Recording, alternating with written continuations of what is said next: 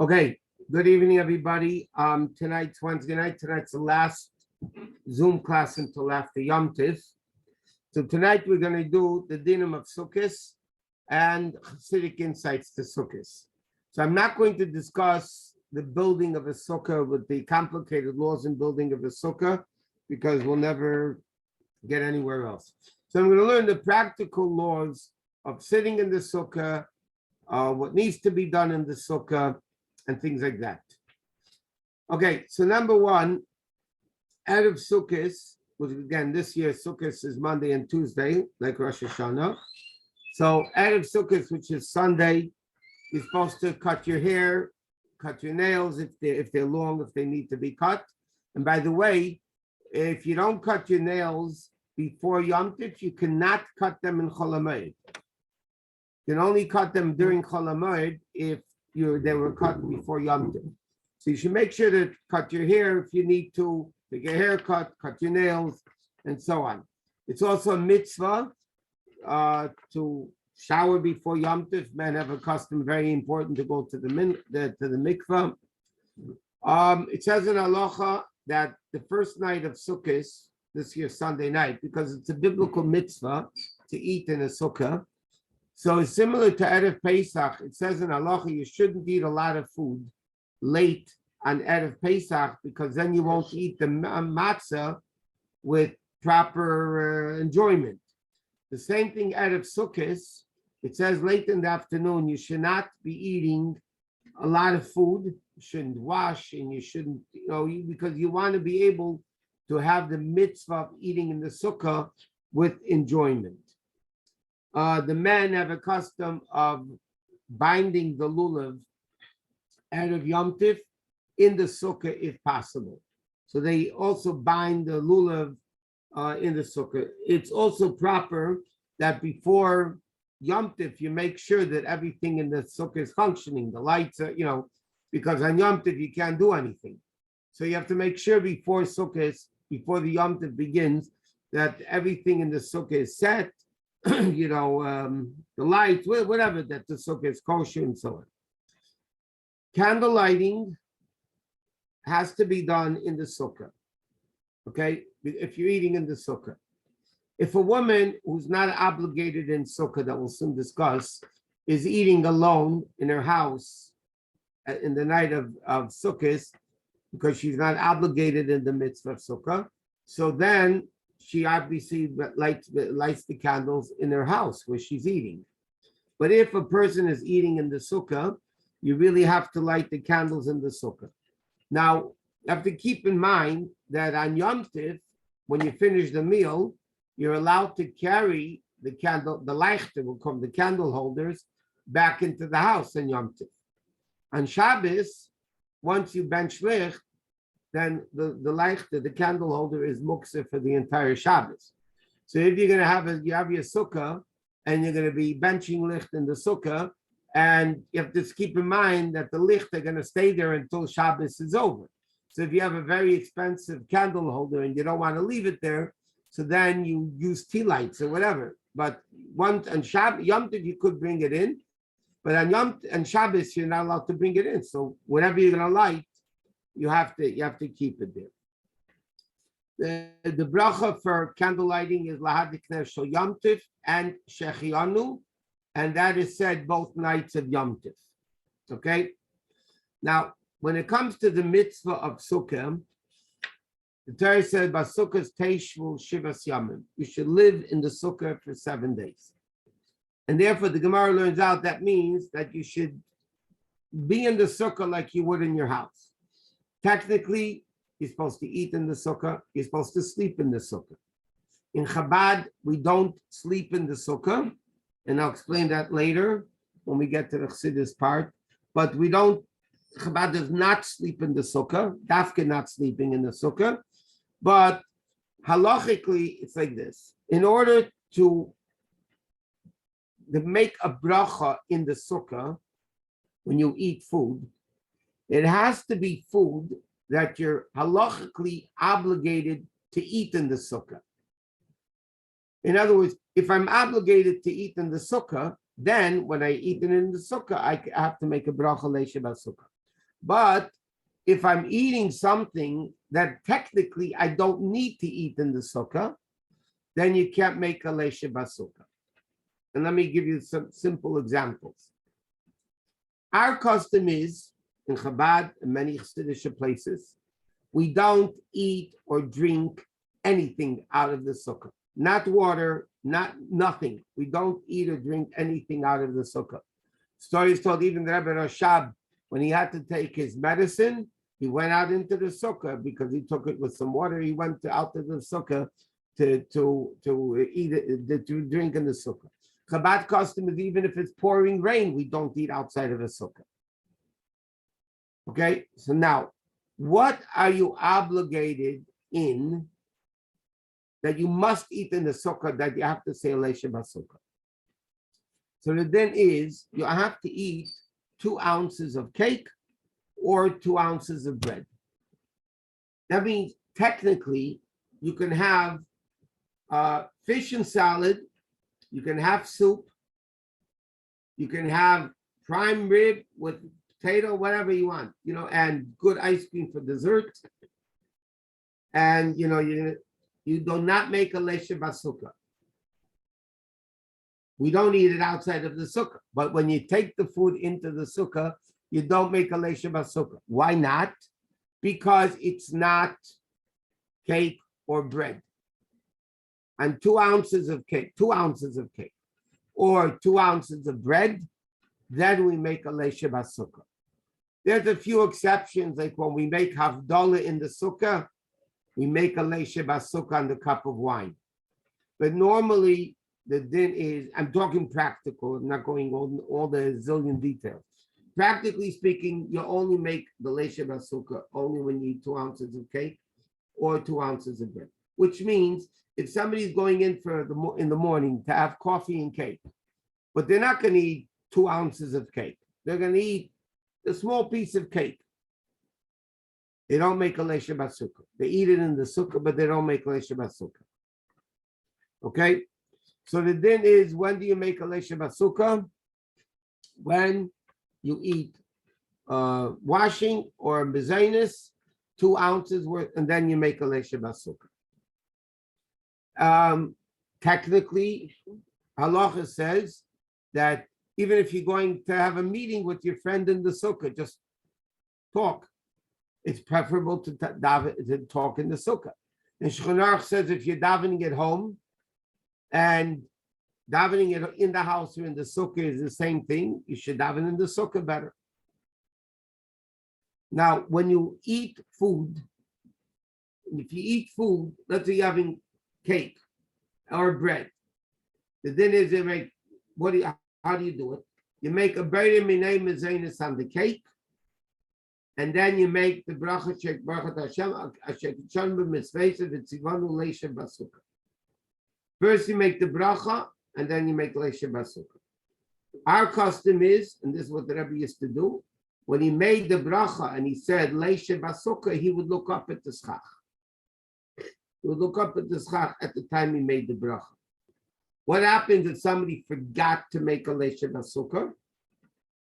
As long as they're still, but they ate something that would obligate them to make a leisha basukkah, so they make it even after they finished eating. As long as they ate something that would obligate them in the bracha leisha basukkah, but they forgot to make it before and they're making it after, as long as you're still sitting in the sukkah, you have to make a leisha basukkah.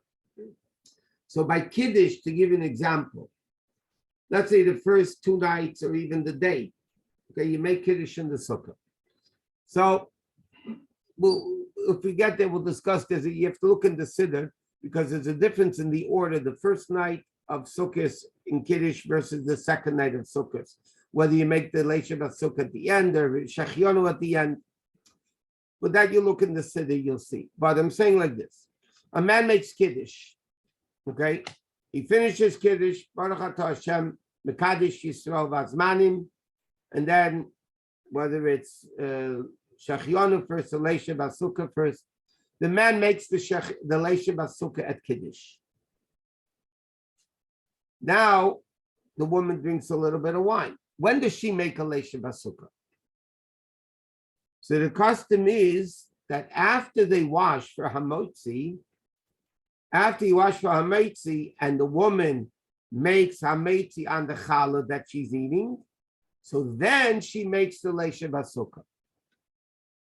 Okay, so the man finishes kiddush, makes the leisha basukah, drinks the wine. People drink the wine; they don't make a leisha basukah. When they wash and they make hamotzi on the bread and the challah, that's when they make the leisha basukah. But normally, when you go into the sukkah and you're going to be eating enough bread, you make the bracha mezenis and then leisha basukah. You make hamotzi and then leisha basukah. You forgot you didn't, then you say it. As long as you're still sitting in the sukkah, you're able to make that bracha on leisha basukah. So, Rabbi, every individual has to make his own leisha basukah. They could if they want, and the custom is why not? Technically, if they want to listen and be yaitse from the one that's making the bracha, they could. They could make leisha basukah and have in mind, but usually the custom is that they like to make their own leisha basukah. What's interesting, Sephardic tradition is that women don't make a leisha basukah. They don't make a bracha when they bench lulav and esrog. According to the Rambam and Shulchan Aruch, which was Rabbi Yosef Shusterman, which wrote as a Sephardi, women are not allowed to make a bracha on a mitzvah they're not obligated in. Women are not obligated in lulav and esrog because it's a mitzvah connected to time. So according to them, they don't make a bracha on netilas lulav. On the sukkah, women are not obligated to sit in the sukkah because it's a mitzvah connected to time. They will not make a leisha basukah. Ashkenazim, all of the Ashkenazim and some Sephardim also hold that no, women could make a bracha, and they do make a bracha. So again, in our circles, women make a bracha on lulav, they make a bracha on sukkah, they make a bracha, and even the mitzvahs they're not obligated in, but they still make a bracha and things like that. Okay, next. What happens if you leave your sukkah and you're going to come back later? You eat breakfast in the sukkah, you're eating bread, so you make a leisha basukah. And that was at 8 o'clock in the morning. Now you're coming again 12 o'clock and you're going to eat lunch. And again, you're going to be eating bread or cake. You have to make a new leisha basukah. Why? Because Alter Rebbe says after 1 or 2 hours, since the last time you left the sukkah, since even though you knew you're going to come back, but it's a break of more than 2 hours, you have to make a new leisha basukah. You have to make a new leisha basukah. What happens if I'm eating breakfast and I know I'm coming back? I went in to make a coffee, I went into whatever, but I know I'm coming back and it's less than an hour or two. You do not make a new leisha basukah. But what happens if when you left your sukkah, you thought, okay, I'm done. I'll give you a simple example. You eat dinner, you washed cake, whatever, you made a leisha basukah. You finished eating, going back into the house, you walk into the house, in your mind, you're not going back to the sukkah. All of a sudden, the doorbell rings, your friend is there, he said, hey, come on, let's go for brain. And you're going to go back into the sukkah, and you're going to have cake. You have to make a new leisha basukah. Because when you left the sukkah, you didn't have in mind that you're coming back. So even if it's 5 minutes later, you have to make a new bracha. Another interesting din is what happens if you go sukkah hopping. Many communities have what's called sukkah hopping. So you go to sukkah 1, and then you go to sukkah 2, and sukkah 3, and sukkah 4. And it's planned where you're going. The din is, if it's a different sukkah, you make a new leisha basukah. So if you're gonna get fat and you're gonna eat a lot of cake in each sukkah, don't forget 2 ounces of cake. You're gonna go sukkah hopping, and each sukkah you're gonna eat 2 ounces of cake or challah, whatever. Every single sukkah needs a lesha b'sukkah, even if they're in the same property, and you could see one sukkah from the next. The fact that it's a different sukkah demands a separate lesha b'sukkah. If it's your own sukkah, it's your own sukkah. So if you have in mind you're coming back and it's an hour or 2 later, you do not make a new lesha b'sukkah within an hour or 2. If it's more than 2 hours, you make a new lesha b'sukkah. That's very, very, by the way, these are very, very practical dinim in the din of Sukkah. Now, let me see what else is there. Okay, now, I'm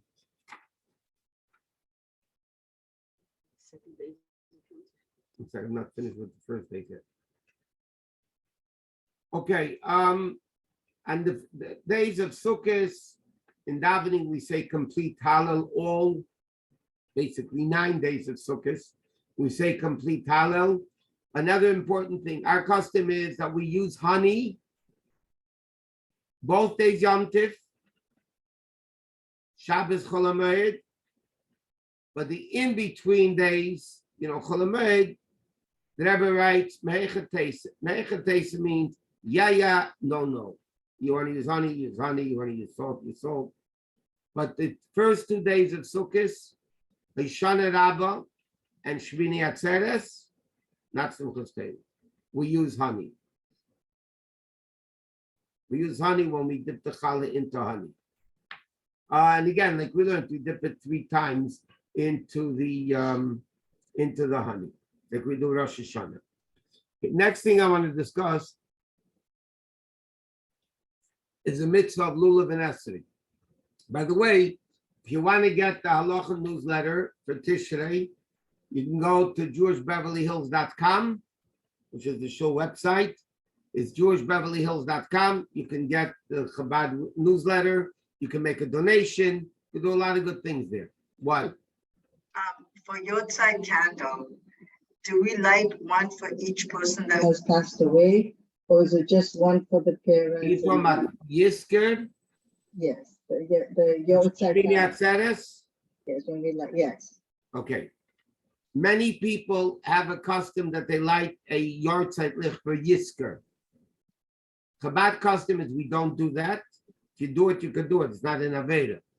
But again, some people light one for everybody. Some people light separate. It's whatever they want. It doesn't matter. But we don't do it. Chabad custom is Rebbe writes the previous Rebbe didn't do it. And I know a lot of Chabadniks do it because that's what their parents did, whatever. But officially in Chabad, the minig is we don't light a Yisker candle for people. By the way, you need to make sure, because you have 2 days Yom Tif, same thing Rosh Hashanah, that you have an existing flame to be able to light Shabbat Yom Tif candles the second night. So many people just take a yardstick candle and hope it lasts, or a 26-hour candle, a 2-day candle. You have to make sure, though, that you have a flame to be able to light candles on the second night of Yom Tif, because you have to light it from a pre-existing flame. Now, Monday morning, which is the first day of Sukkot, we bench lulav and esrei. Okay, we bench the lulav and esrei.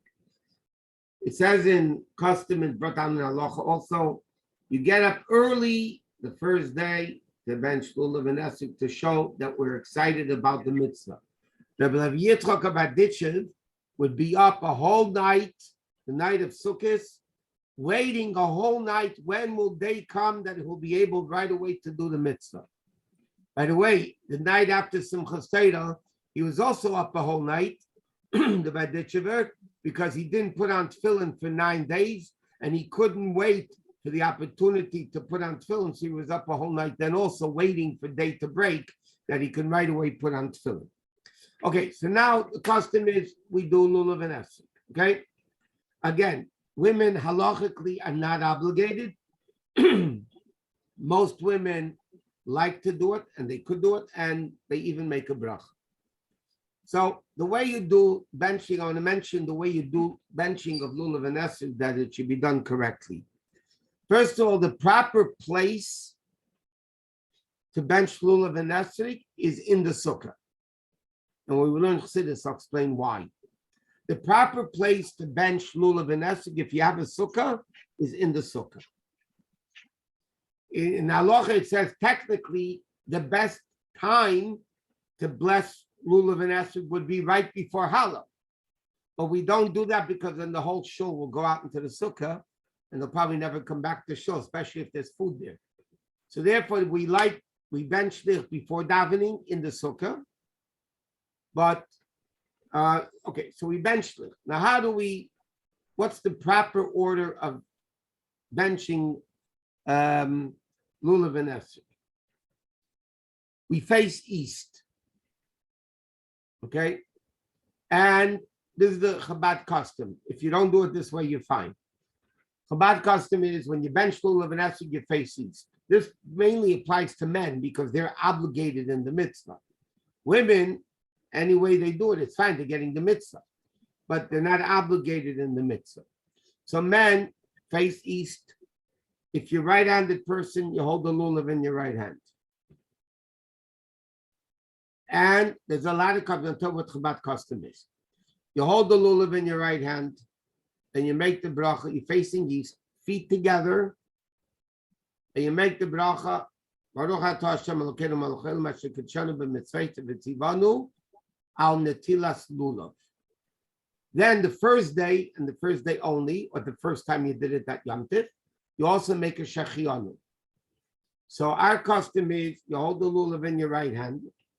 When you start saying the bracha shechianu, you start picking up the esrog, and when you finish the bracha, shechianu v'kimanu v'giyanu lizman hazeh, then you put the lulav and esrog together and shake it a little bit. The men have what's called the Nanduim, the various different shakes. So again, if you want to do, I'll say in a second what it is. You face east. You go each time. You go when you go, let's say, to the right. You go, bring it to the right. You start from the heart. This is Chabad custom. You hold the lulav and esrog at your heart. You move it to the right, shake it, bring it back to the heart.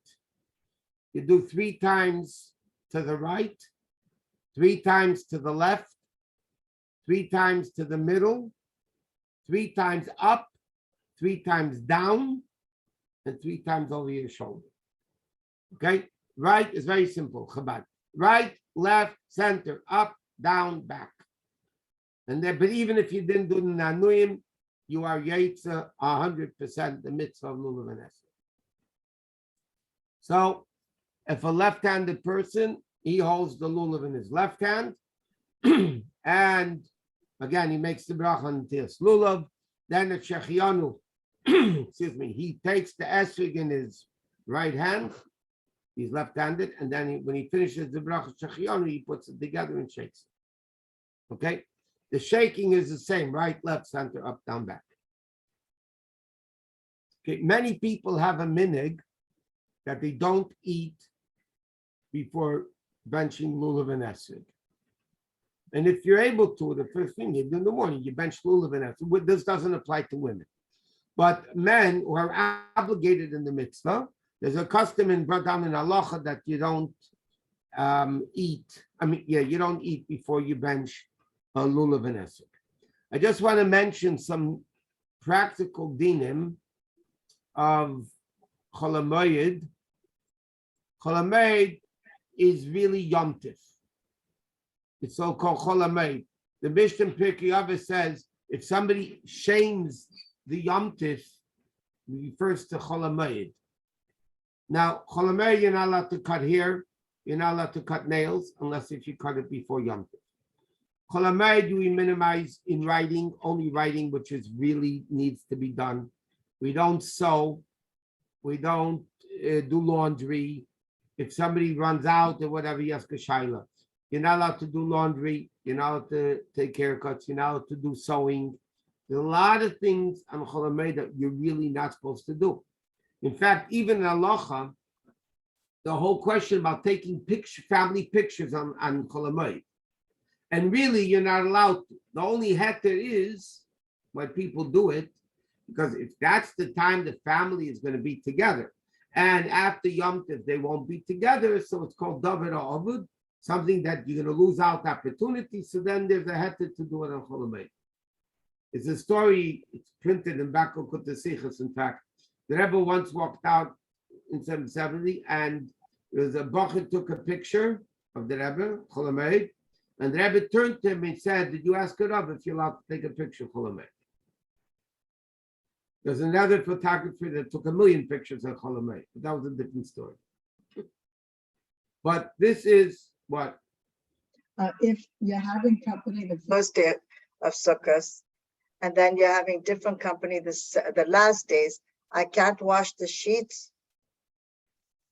If it's a guest in that situation, you would be allowed to wash the sheets, yes. But those are, again, the exceptional cases. By the way, another thing is, you're not supposed to bring dirty pots and pans into the sukkah. Halachically, you're not allowed to bring, I know people do, but it's halachically incorrect. You're not allowed to bring a garbage can into the sukkah. It's disrespectful to the sukkah. In halacha, it says, pots and pans that are dirty, you don't bring into a sukkah. It's disrespectful. If it's, again, some people bring pots into the sukkah to dish out. But again, it says in halacha that you don't bring pots and pans or things like that into the sukkah. And you definitely don't bring garbage cans into the sukkah. So Chol Hamoed, again, people really, if they should avoid working, if they can avoid working, going to work. That's that aspect of it. As far as the last days of Yom Tov, we have 3 minutes to discuss. Shmini Atzeres, which this year again is Monday night and Tuesday. We also eat in the Sukkah but no bracha. No bracha. Shmini Atzeres. And we dafki eat in the Sukkah no matter what. When the Rebbe had his heart attack on Shmini Atzeres, and the doctors wanted the Rebbe to drink something, the Rebbe said, I have to go out to the Sukkah to drink. The Rebbe was in the middle of massive heart attacks. The Rebbe said, we don't eat out of the Sukkah, Shmini Atzeres. So they wanted the Rebbe to go out to the Sukkah. The Rebbe refused to eat. So the Rebbe said, I have to make Kiddush. So they brought him grapes. The Rebbe said, no, you make Kiddush on wine. The whole thing in that year, Lamed Ches, in 1977, when the Rebbe had his heart attack, it was a lot of, you saw how the Rebbe was so frum in every detail, minor detail of halacha. But I want to mention something that people have to be, especially the women, have to be aware of. It happens many times, I know, because every Rav after Simchas Torah gets a bunch of questions as follows. I was in shul, Simchas Torah, I forgot to light candles. Sometimes if they're in shul Shmini Atzeres, they'll forget Shmini Atzeres also, because it's not the normal, system of what's going on. It's not the normal routine. So women have to be careful. Shmini Atzeres, you have to ben shliach. Simchas Torah, you have to ben shliach. Again, you make shechianu, Shmini Atzeres and Simchas Torah both nights. And I'm just saying, you people have to keep in mind that there's still halachos of a Yom Tov that they need to keep in mind. Again, if you want to get the halacha newsletter, you can go on to jewishbeverlyhills.com and you will find it there. What I want to do now, for the next half an hour, is discuss a little bit of Sukkot according to Chassidus, what the meaning of Sukkot is. So there is a question asked in halacha, why do we sit in a sukkah? So the answer is, the pasuk really says in Chumash, Ki basukos heshafti es bnei Yisrael, I put the Jews in sukkahs when I took them out of Egypt. There's two opinions in the Gemara. What does sukkahs over there mean? One opinion literally says it means huts.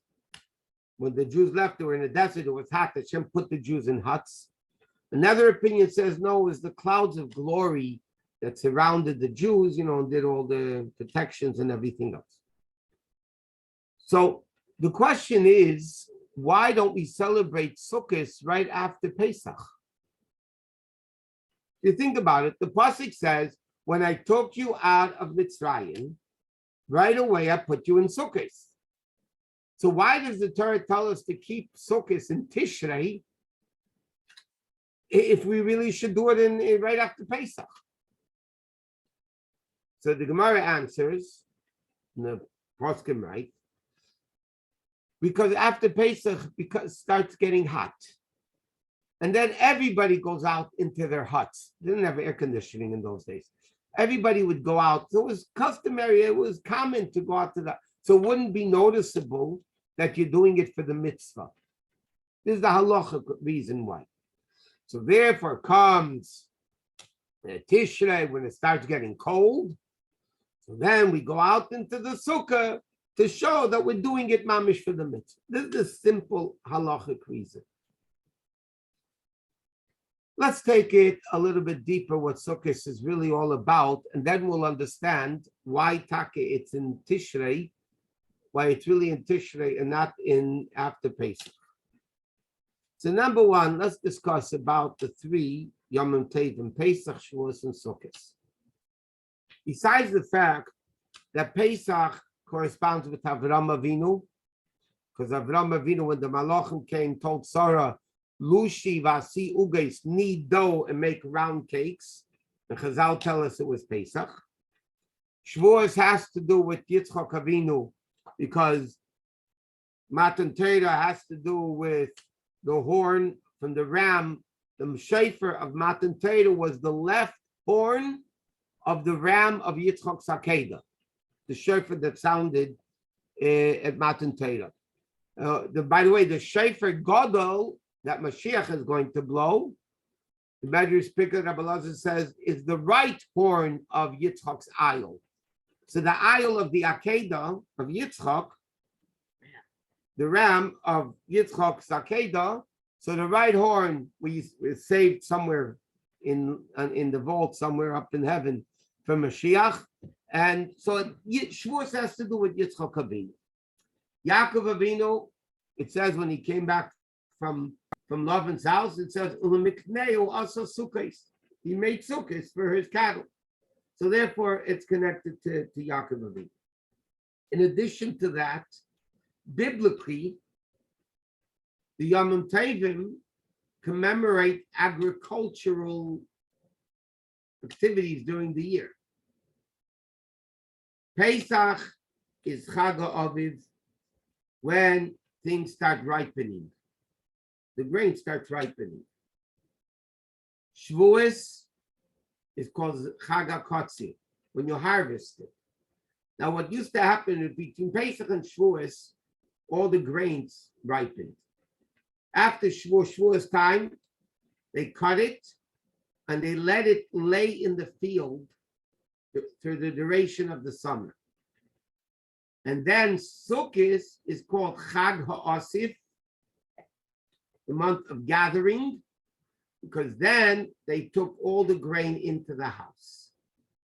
And that's why, halachically, biblically, why is Sukkot called Zman Simchaseinu?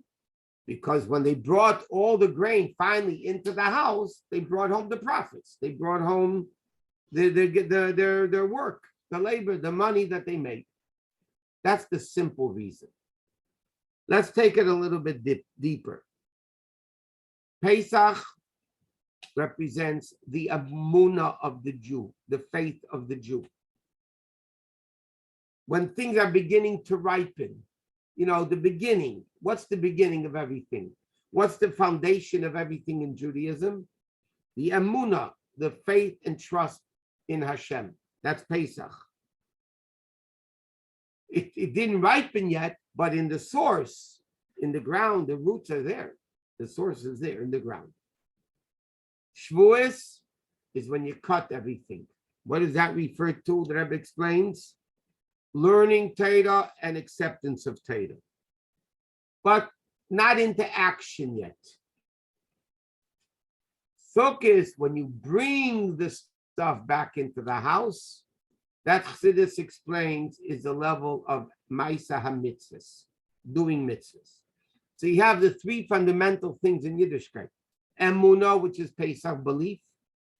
You have Shavuos, which is Kabbalah Satera, harvesting and learning Torah.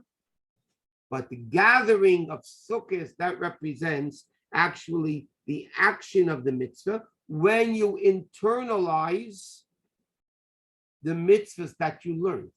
Because I can learn about Shabbos, but don't keep it, so I'm not internalizing it.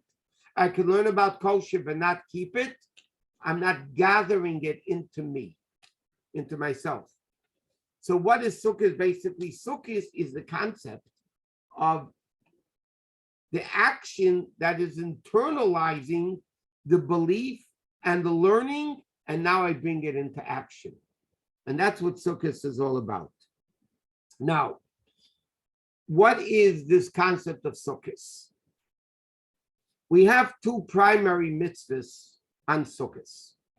Number one, sitting in the Sukkah. And secondly, Lulav and Esrog. Now we know, when does the Mitzvah of Sukkah begin? When's by the way, the main Mitzvah of Sukkah is the night. This year, Sunday night, the first night of Sukkot, is the Mitzvah of eating in the Sukkah. Biblical, even if it's pouring rain, halachically, you have to eat in the Sukkah. The men. When is the Mitzvah of Lulav and Esrog? In the morning. The Torah says, "Ulakachtem lachem b'yom harishon." You have to take the lulav and esrog in the morning. You do lulav and esrog at night, all you did was made a bracha in vain. You're not allowed to do lulav at night. So the question is, why is Sukkah at night, and why is lulav and esrog during the day? Why doesn't everything begin at the same time? Lulav should also be at night. Hashem should tell us the night of Sukkot. You sit in the Sukkah, bench lulav and esrog. What is this concept about? So it says like this. Sukkah is a very unique mitzvah.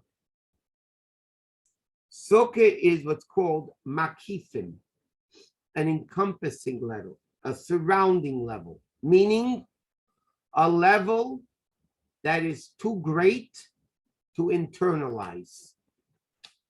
If you internalize it, then it's not encompassing you. Then it's directly affecting you. Makifim represents such a great level of godliness, infinite level of godliness, that you can't internalize, because then it's finite. Infinite cannot become finite. The role of a Jew is to internalize the infinite. Therefore, what is the mitzvah of Sukkah? A very unique mitzvah. There's only two mitzvahs that have this same concept. Sukkah and mikvah.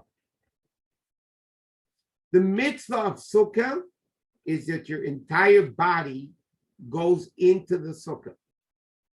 Most mitzvahs, you daven, it's with your mouth. You put on tefillin, it's with your hands. You eat cholent, it's with your mouth. Most mitzvahs have a particular part of the body that you do the mitzvah with. Sukkah is a unique mitzvah. You walk into the Sukkah in a way that your head and feet are both equal. Your head is not more in the Sukkah than the foot, and the foot is not less than the head. You have the whole body of the person. Same thing, by the way, mikvah. If a woman has to go to mikveh and one drop is out of the water, she didn't go to mikveh. It's the only mitzvah besides Sukkah that the entire body is immersed in the water, in the mitzvah. What does that mean? Sukkah, the Gemara says like this. We know an interesting halacha. You can borrow a sukkah from somebody and sit in it. The first day of Sukkot, you cannot borrow somebody's lulav. If somebody says to somebody, lend me on the first day of Sukkot, lend me your lulav. Or if you're in yeshiva, you say, borrow me your lulav. You're not yet to the mitzvah of lulav. You have to own the lulav. He has to give it to as a gift, but on the condition that you give it back. The lulav and esrog, the same thing. There has to be yours. Now, sukkah, the Gemara says, why? Why doesn't sukkah have to be like your own? Because the Gemara learns it out about lakachtem lochem, take for yourself. So from there, the Gemara learns out, it has to be yours. So the Gemara asks, Chaga sukkah tasa lacha. It also says you have to make sukkah for yourself. Why over there can you borrow somebody's sukkah? According to halacha, you're allowed to even go into somebody's sukkah without permission to make a bracha. So the Gemara answers because there's another pasuk that says, Kol ha'ezrach b'Yisrael yeshu v'asukkos. All the citizens of the Jews will sit in the sukkah. So the Gemara says, Ru'uyin kol Yisrael leishev b'sukkah achas. All the Jews are fit to sit in one sukkah. So therefore, obviously, the Torah says a borrowed sukkah is also good. Okay? But nevertheless, what is the unique mitzvah of sukkah? Achdus, unity. All Jews sit together technically in one sukkah. Every single Jew is fit to sit in one sukkah with every other single Jew in the world. That's a unity that's unbelievable. Now comes lulav and esrog. So everybody knows the Medrash, and the Rebbe made that Medrash famous, that the lulav and the lulav and esrog represents the four types of Jews. Esrog represents the Jew that has Torah and mitzvahs. The lulav represents a Jew that has Torah and not mitzvahs. The hadassim represent the Jew that has mitzvahs and no Torah. And the arava is none of the above. And what do you do on Sukkot? You put them all together. Unity. Even the esrog, which is the super great Jew, and the arava, the simplest Jew that has no Torah, no mitzvahs, no nothing, each one is incomplete without the other. If you're missing one arava, you can't make a bracha. All four different types of Jews need to be together. What does that mean? It's also unity. All Jews are united. But the Rebbe explains there's a difference between Sukkah and lulav and esrog. The unity of Sukkah is everybody is one. Lulav and esrog, yes, we're putting them together, but there's four species. They're not becoming one species. It's four distinct things uniting. So what does that mean? Sukkah is the level of makif. In that level of the infinite, every Jew is equal. Lulav and esrog also is a level of achdus, but there's still an esrog and a lulav and a dasim and a ravis. So Chassidus explains like this. At night, when Sukkah begins, we go into the ultimate level of unity. But it's still in an encompassing level. What does lulav and esrog do? Lulav and esrog internalizes that encompassing level of sukkah. And by the way, that's the reason why we bench lulav and esrog preferably in the sukkah. And that's why we shake it in all directions, showing that this lulav, the unity of lulav and esrog, and the unity of sukkah is in every time and place. Up, down, north, west, south, east, no matter what it is. Every Jew is one. So therefore, lulav and esrog internalize the level of sukkah. And by the way, for men, we have this on a daily level. We have talis and tefillin. Talis we wear around ourselves. It's a garment. Tefillin represents the heart and the mind, which are the internal organs, binding our mind and heart to God. So halacha says, any man knows this. First you put on your talis, and then you put on tefillin. First we put talis, and when you put on tefillin. Halachically, why do you put on talis and then tefillin? Why don't you put on tefillin are holier than talis? Why don't you put on tefillin first? Halacha says there's a rule in halacha. Tadir v'she'ena tadir kedem. More common mitzvah, less common mitzvah. You do the more common one first. By the way, now you have the same thing. We say on Rosh Chodesh Elul, we said Barchi Nafshi and L'Davar Hashem Meiri. Which one do we say first? Barchi Nafshi. Why halacha? 1 second. Why halacha says? Because that we do every Rosh Chodesh. L'Davar Hashem Meiri, we're only saying it once on Rosh Chodesh. Once Rosh Chodesh Elul. Anyway, that's the halachic reason. According to Chassidus and Kabbalah, why do we put on talis and then tefillin? Talis represents the encompassing level, like Sukkah. It surrounds us. And then we internalize the makif level of talis, the infinite surrounding, not internalized level of talis. We internalize it by putting on tefillin. So again, what is the concept of Sukkah? Sukkah is basically internalizing the encompassing level. Now, why? Therefore, let's go a little bit. I'll take questions later. Why? Now, let's understand why is Sukkah when it is. It says in Chassidus, Tishrei and Nisan. I don't want to elaborate on it now. Nisan is the revelation from above. Nisan, Neis, Pesach, Nigla Leim. Tishrei, the whole Aved of Tishrei, is us going up to Hashem, us becoming closer to Hashem. That's why Tishrei is spelled Taf, Shin, Reish, Yud. It's the Aleph base going backwards, from lower to higher. Tishrei is the Aveda of us going closer to Hashem. And there's 2 halves of Tishrei.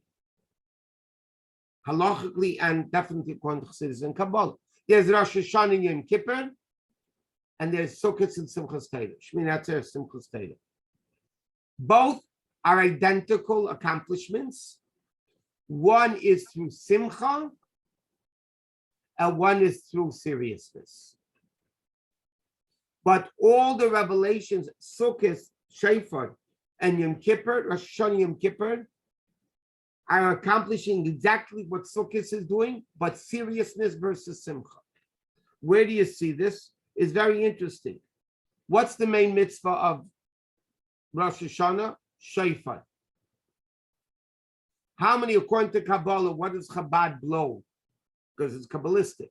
How many sounds of shofar do we blow? 30 before Musaf, 30 during the quiet, 30 during the repetition, and 10 in Kaddish. That's 100. 100 sounds of the shofar. If you break that down, we blow 60 tkiyas, 20 shvarim, and 20 truah. 60, 20, and 20 is the word schach. Rosh Hashanah, shofar, is the concept of schach. What was Yom Kippur? When the Kohen Gadol went into the Holy of Holies, it says, he brought the keteiros, the incense, and the whole incense filled up like a cloud. Anan keteiros. It says in Kabbalah and Chassidus, the anan keteiros is like the schach. So Rosh Hashanah is like Sukkot. Yom Kippur is like Sukkot. Not only that, between Rosh Hashanah and Yom Kippur, there are 7 days. Aseret Yemei Tshuva, 10 days. You have 2 Rosh Hashanah, 1 Yom Kippur. So there's 7 days between Rosh Hashanah and Yom Kippur. How many days is Sukkot? 7 days. Then you have Shmini Atzeret. So Sukkot and Rosh Hashanah and Yom Kippur are all the same. One is the concept of tshuva, so to speak, of the seriousness of Rosh Hashanah and Yom Kippur, making Hashem king.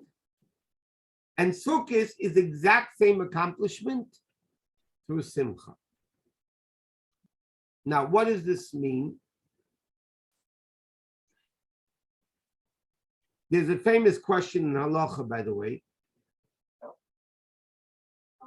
On Shavuos, we got the Torah. Logically, Simchas Torah should be on Shavuos. Makes sense. We got the Torah on Shavuos. So that makes sense to finish the Torah, start the Torah, make halachos. We don't do that on Shavuos. On Shavuos, we sit and learn. We don't go dancing on Shavuos. Shavuos, the night, you're supposed to sit and learn. When is the Yom Tov of Simchas Torah? Even though Simchas Torah doesn't say anywhere in the Chumash. It says Shemini Atzeres, nothing to do with Simchas Torah. When did Chazal establish Simchas Torah? At the end of Sukkot. Why? It doesn't make sense. Simchas Torah should be on Shavuos, not on Sukkot. So what's the answer? Chassidus explains like this. And now everything will come together. The first luchos were given on Shavuos. Then the Jews sinned in the Egel. Moshe Rabbeinu broke the luchos. He went up again and again. He came down on Yom Kippur with the luchos shnius, the second luchos.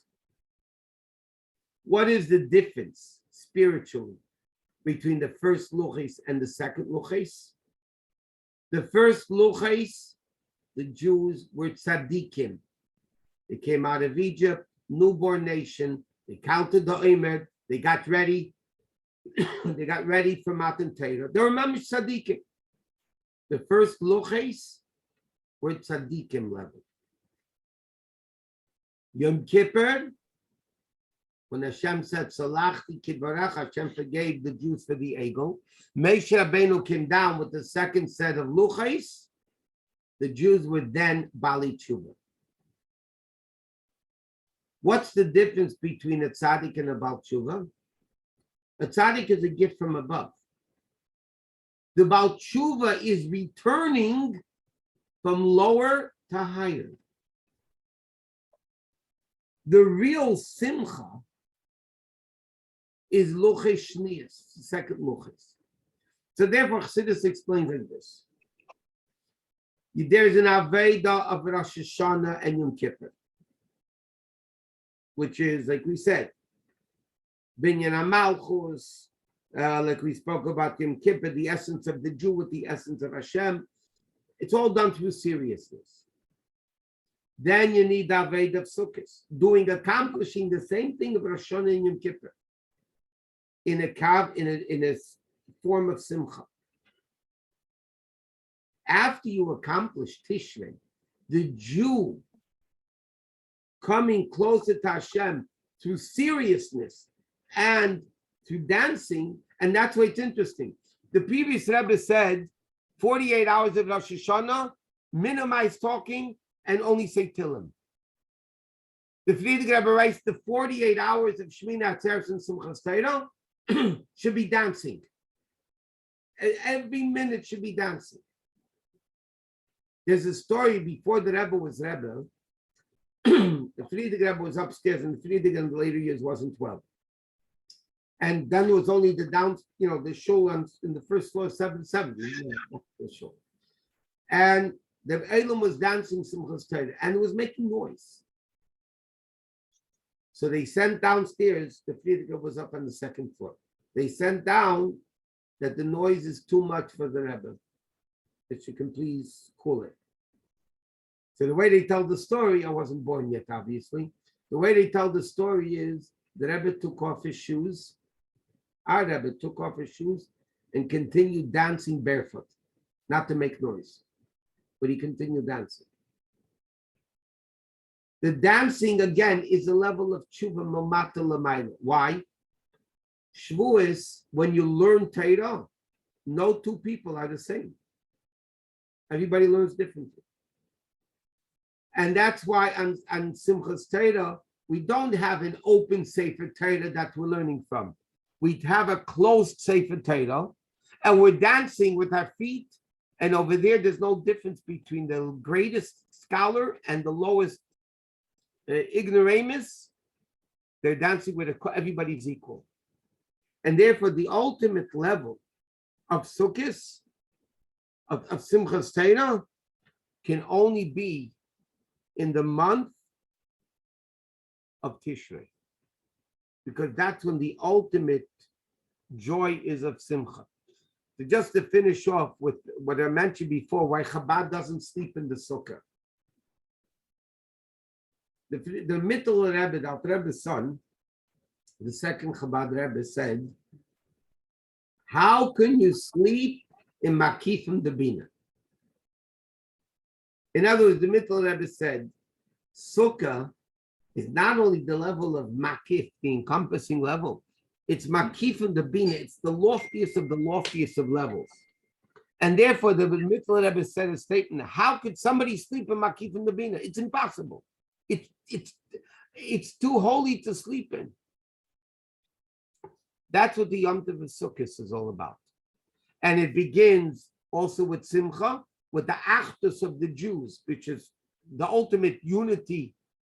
And like the last mission of the whole Mishnah says, the Matzah Kadosh Baruch Hu Kli Machzik Bracha El HaSholim.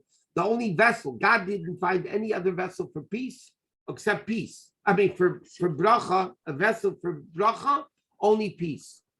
When there's achdus amongst people, that's when there's a bracha.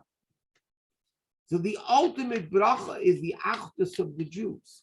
That scene, that is noticeable in the month of Tishrei. Shofar is the cry of the heart. It's not speaking, it's not learning, it's the piercing of the heart that every single Jew is equal with. The Yechidah Shevanef. Same thing with Yom Kippur. Sukkot is the unity of the Jewish people walking into the Sukkah together with all the other Jews in the world. The Achdus of Lulav and Esrig, the unity of Lulav and Esrig, and then you come to the ultimate. Well, we lift out. It's too late. But Simchas Beis HaShe'eva was even a greater Simcha than Sukkot. And the Gemara said, "Mi sheloi ra Simchas Beis HaShe'eva." A person that didn't see the joy of Simchas Beis HaShe'eva never saw Simcha in their life. What was the Simcha of Simchas Beis HaShe'eva? They poured water on the Mizbeach. A whole year they poured wine on the Mizbeach. What did they do in Sukkot, Simchas Beis HaShe'eva? They poured water on the Mizbeach. Water, it's not even a food. Because water symbolizes acceptance of the yoke. The yoke, not wine, which means understanding and greatness. The true simcha is when Jews are united with water. I just want to say one more point, that this year's Hakel, because this year was a sabbatical year, and now we're coming to a Hakel year, and the Rebbe always was very emphatic about all the aspects of Hakel. What is the inyan of Hakel? The year after Shemitah, the year after sabbatical year, the pasuk says, men, all women, all children had to come to the Beis Hamikdash on Sukkot, and the king read from the Sefer Torah. What was the purpose of it? Unity. Every single man, woman, and child, the entire nation. Kohol. Kohol means a gathering. And according to Halacha, a kohol is not made up of individuals. A kohol is a new entity called a tzibur, a community. It's not individual. It's a new entity called a kohol. And that's unique. Anyway, okay, I just want to finish up by saying, once again, if you want to get the Chabad Week, a newsletter, you can go to jewishbeverlyhills.com. If you want to make a donation, you can do it there also. Amir Tashem, the next class will be at the week after Simchas Torah. Simchas Torah finishes Tuesday night on the 18th. The next Monday night class will be on the 24th, and then Wednesday night class, Halacha and Tanya, will be on the 26th. Until then, everybody should have a ksiva chsimateva l'shana teva m'sukkah. Everybody should be blessed, happy and healthy, and meaningful, prosperous, spiritually and physically. And we should ultimately get the real Hakel will be in the Bais Hamikdash. Amen. Amen. And Amen. Rabbi Shusterman. Rabbi. Thank you. Thank you so much, Rabbi. Shana Tova.